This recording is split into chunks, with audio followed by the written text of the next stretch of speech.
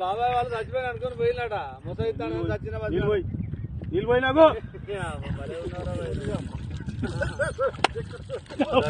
దీనికి మంచి రైట్ ఎందుకు పన్న వాళ్ళ